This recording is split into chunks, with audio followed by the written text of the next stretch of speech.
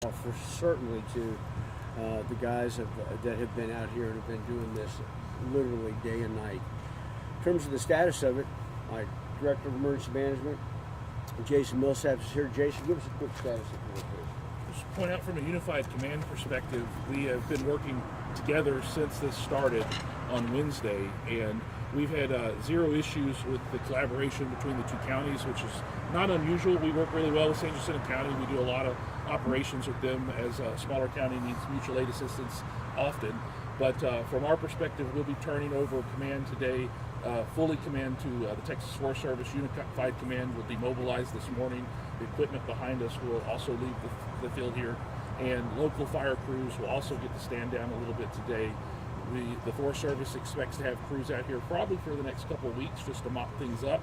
Residents can expect to see smoldering stumps and limbs and pine cones that are on the ground. They don't have to call that in if they see that. The Forest Service will be monitoring that. But as the judge mentioned, overnight the Fire Marshal's Office from Montgomery County flew reconnaissance missions with our infrared drones. We saw no fire activity outside the lines of containment. We saw very minimal fire activity inside the line of containment and no hot spots close to the lines of containment. And the Forest Service has confirmed to me that they have a dozer line around the entirety of the fire now. In the next few weeks, they'll be shoring that up, ensuring that they're there, and utilizing this great weather we're going to have over the next couple of days for fire fighting operations to really snuff this stuff out.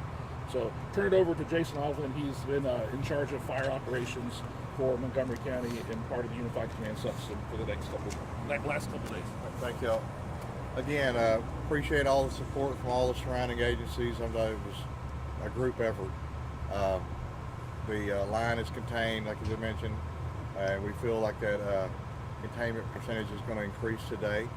And like you mentioned, Texas Forest Service and Tiffin's Resources will be working the line, continuing to build that containment to a higher percentage. Just continue to be that the weather changes over the humidity increasing last night. This temperature that we're feeling out here has helped. The moisture is also helping. The rain that we see in the near future forecast is also going to help with that containment. And we appreciate, again, all the resources that's been here. We appreciate all the support that we've gotten. Judge, could you comment further about why a prescribed burn was authorized in the midst of, fire warnings? Well, I cannot comment on that because it didn't happen in Montgomery County. It happened on the other side of the line in San Jacinto County, but there's an investigation going on right now in terms of how this could happen, why it happened.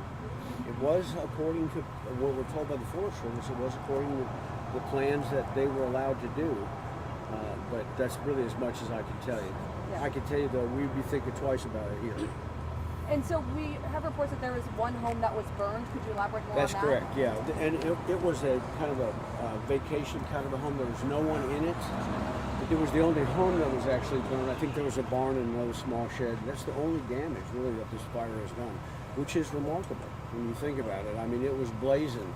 You've been out here the other night and you've seen those flames. It was, with the wind blowing, it was remarkable. So we're just so thankful for our guys that came out here. And they contained it. It's amazing what they did. So it's awesome. We know with big fires, hot spots are always a really big concern. Any concerns for hot spots when it comes to this fire? I'm going to let the fire chief talk this stuff. They're always a concern, but that's why Texas Forest Service crews are going to be here for potentially weeks to come, and that's what their job is, working on hot spots. And when they leave, there will be no smoke. When they leave, and it could, like I said, it could be weeks from now. But hot spots still something you want to There keep are an eye still on. hot spots right now, and they're working on those. They start from the containment line and they work their way in, and they just continue to work their way in, and it's just going to take time to get all those hot spots taken care of. I do want to point out, though, there's been a lot of focus on the prescribed burn and why it was allowed to happen. To remind everybody that we said yesterday, prescribed burns and using fire to manage forest is a normal thing. The prescribed burn was not necessarily authorized by anybody.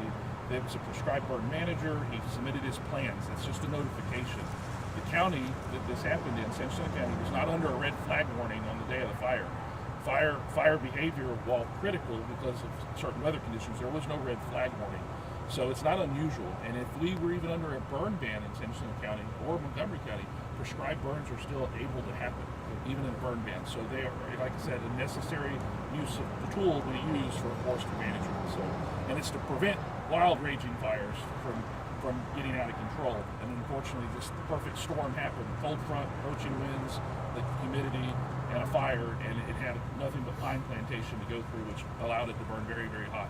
Once it left the pine plantation, it smoldered itself down because it encountered a different type of fuel and other conditions like wet soils and oak that just doesn't burn hot fast like pine does. So, The weather that we had received the last 2 days is not the normal for southeast Texas.